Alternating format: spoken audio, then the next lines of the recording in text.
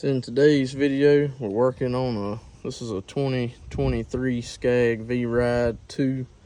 It's going to be replacing the front wheel bearings. Should be the same process for about all your Scag mowers really. But I'm going to try to do a pretty good in-depth video here showing exactly how you can do it with basic hand tools. So once you get your wheel off the mower, all it is a 1/2 inch by 9.5 inch long bolt. You can see I already popped this side out, the seal and the wheel bearing, but I'm gonna start on this side just to show y'all. Get you a flathead screwdriver or anything that you can pry with, and the first thing you're gonna want to do is remove your seal. And you can mess it up, just you're gonna have new ones in your kit. I'm back with a little bigger screwdriver here now, so we can get this thing popped out of here. There it goes.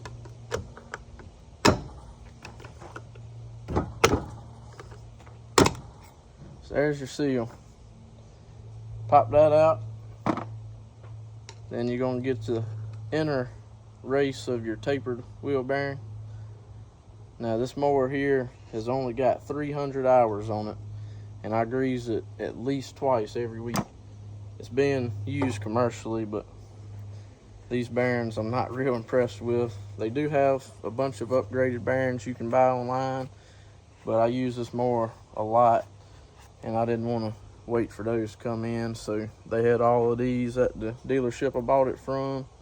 They weren't real expensive, made in China, but we're gonna replace them so we can get this thing back in service. So once you get your inner bearing race out, you can see the outer, which is this metal piece right down in here. You can see I got all the grease in there. Like I said, I can't believe these bearings failed at 300 hours. But you're gonna get you I've been using a punch.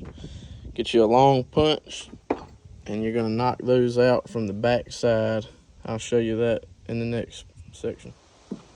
So once you got you a big punch, get you a big hammer. If that don't work, you get an even bigger hammer. Watch your fingers, but I got this a messy job for all the grease. We'll clean that up once we get these races knocked out. But when you go down in there, you can hear it catch that lip, and that's the lip of the outer race of the bearing. You're just gonna go back and forth from side to side.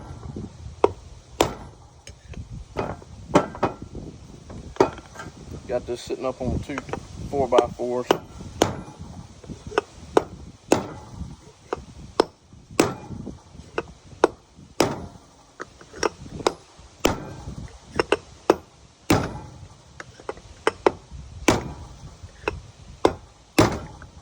Sometimes you'll have to work at it a good little bit, but they're not too tight in there. Just keep going back and forth, tapping it. I can tell this one's good. See, there it goes. Knock it out the bottom side,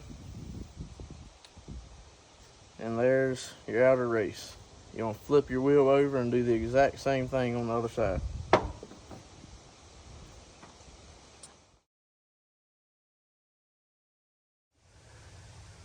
All right, once you got both of your outer races knocked out, you're just gonna want to take a little time to clean this stuff up really good. So the way I've been doing that is just taking your dirty grease rags you've been using this whole time.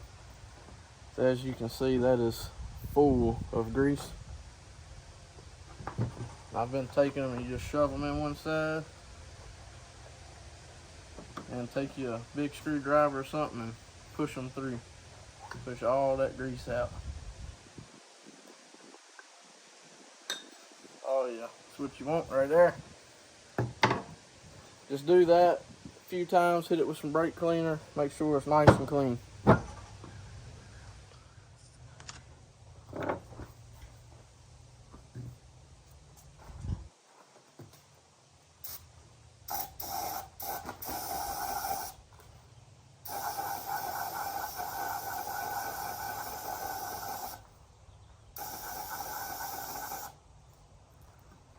Get that all nice and clean.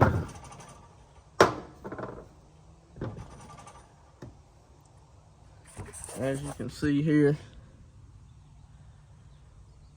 all clean and shiny, ready to start installing the new bearings and seals.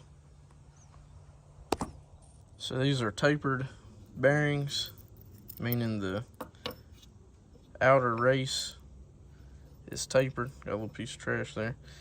It's tapered along with the inner bearing.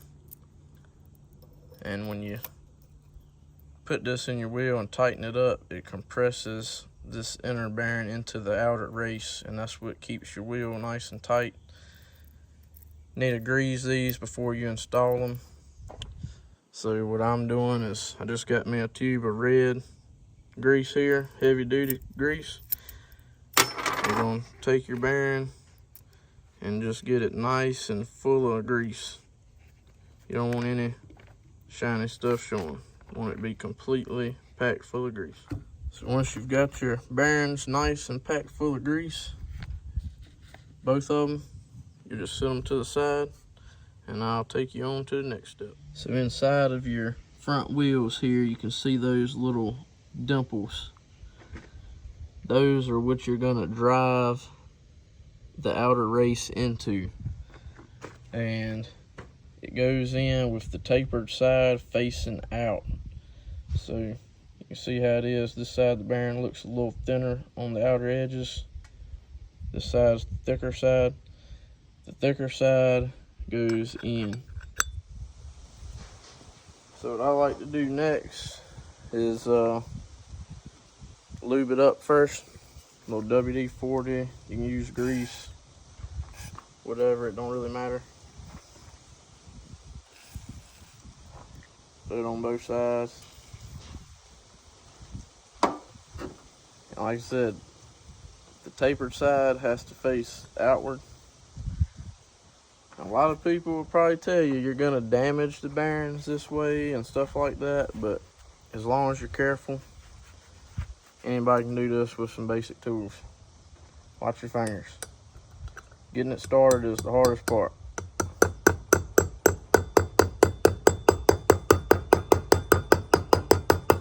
Just keep on going around in a circle.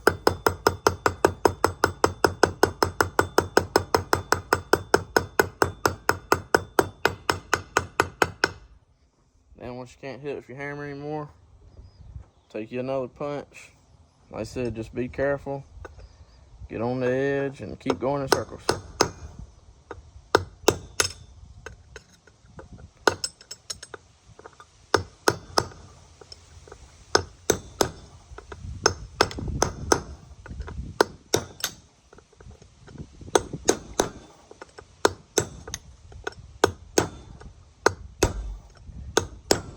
You're gonna drive this in until it hits those little indentions on the inside.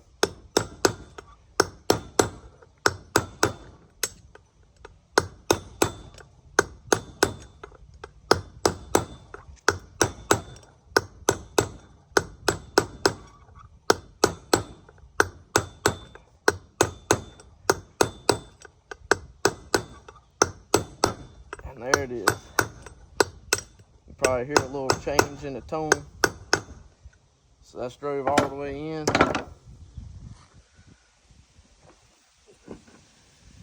And you can tell I did not damage that bearing race in any way. Just nice, consistent, light taps in a circle. So then you'll flip your wheel over and you'll do the exact same thing on the opposite side. I said tapered side faces out, which again is the thinner side of your bearing, faces out. So do the same thing on this side. All right, once you got your both outer races of your bearing in, then you're gonna put your inner part of your bearing down in there. It goes tapered side down. And then you got a seal, it's a dust seal to help keep dust from getting in there. You're going to install this the same way you did the outer races of your bearings. You just have to be a lot more careful because this is not nearly as thick and you'll bend it really easy. Same thing, just hit it with a little squirt of WD-40 or something. Take your hammer and tap that in.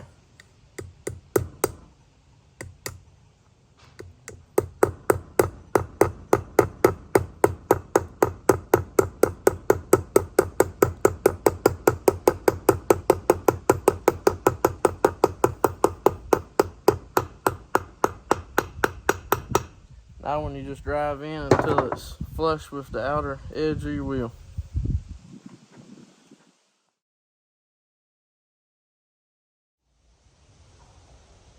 Now you got both your wheel bearings in and both seals in.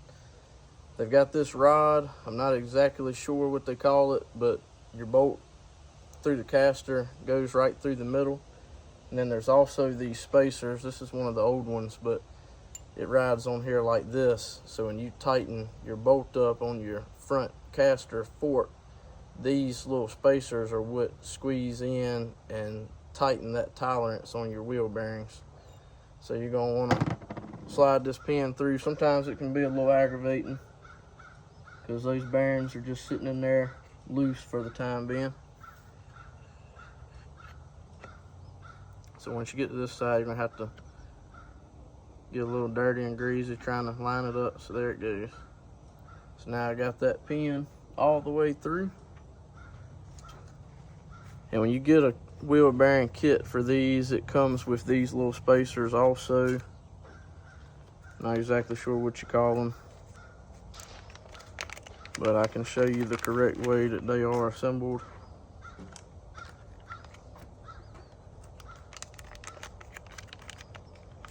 So you got one on each side, and this is the piece that helps to seal against this dust seal.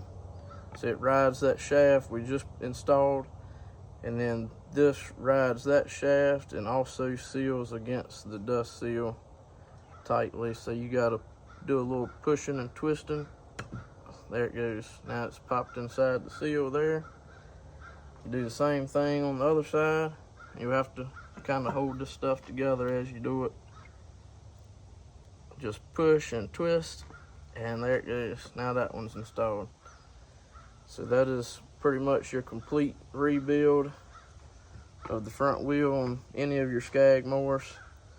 And like I said, once you install this back on your mower and you tighten up the bolt, it pushes in on these two spacers we just put on, and that is what closes that tolerance on your wheel bearing and keeps your wheel nice and tight so it's not shaking around when it's on your front spindle. So I will show y'all the process of installing the wheel back on the mower, or if you need to remove it, it's the same thing. But it's just a 1/2 inch bolt. It's 3/4 inch size for your wrenches, and you're just gonna put the bolt through the wheel.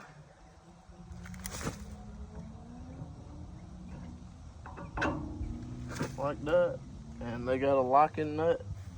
Just gonna put that on and tighten it up. You don't want to get it too tight, but you definitely want it snug so your wheel isn't rocking back and forth.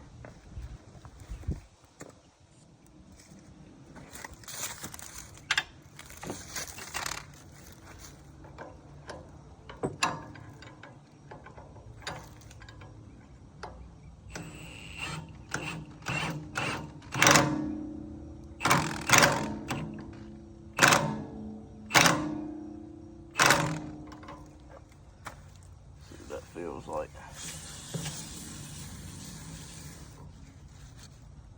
I think I can go just a little bit more.